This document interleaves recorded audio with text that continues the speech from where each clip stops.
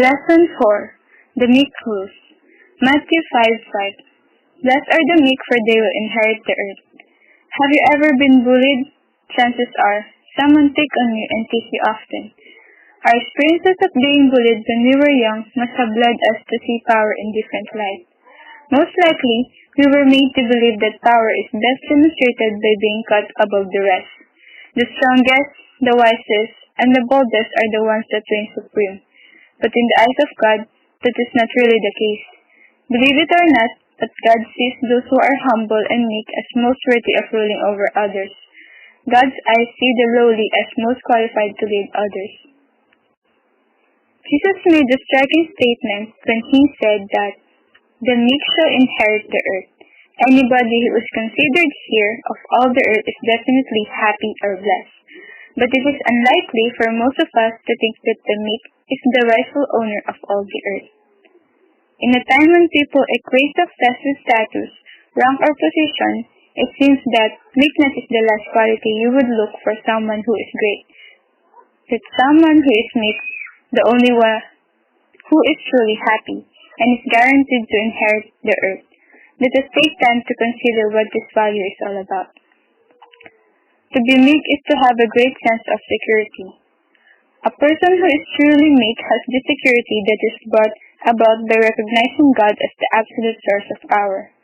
He considers himself fastened in the powerful hands of God, thus allowing him to live above the need to be men-pleasers.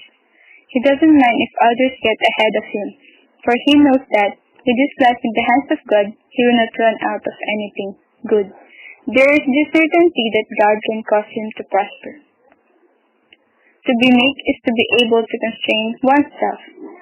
To be meek is to be able to exert great patience even when provoked or angered. A truly meek person doesn't feel the need to assert his right when taken advantage of others, and has the unique ability to not boast about anything, because he bows down before God.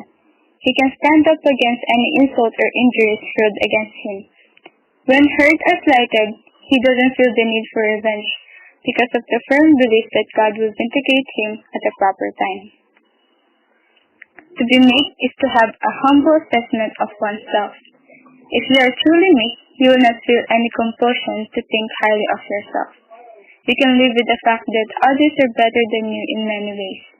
This doesn't mean that you will strive to excel and lag behind others. It simply means that you don't feel threatened or frightened when someone has better grades than you do. You can, with all honesty, celebrate and be happy for others.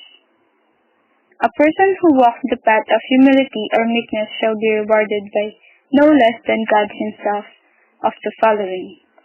Number 1, promotion. Number 2, security. Number 3, greatness. And that's all. Thank you. Thank you for listening.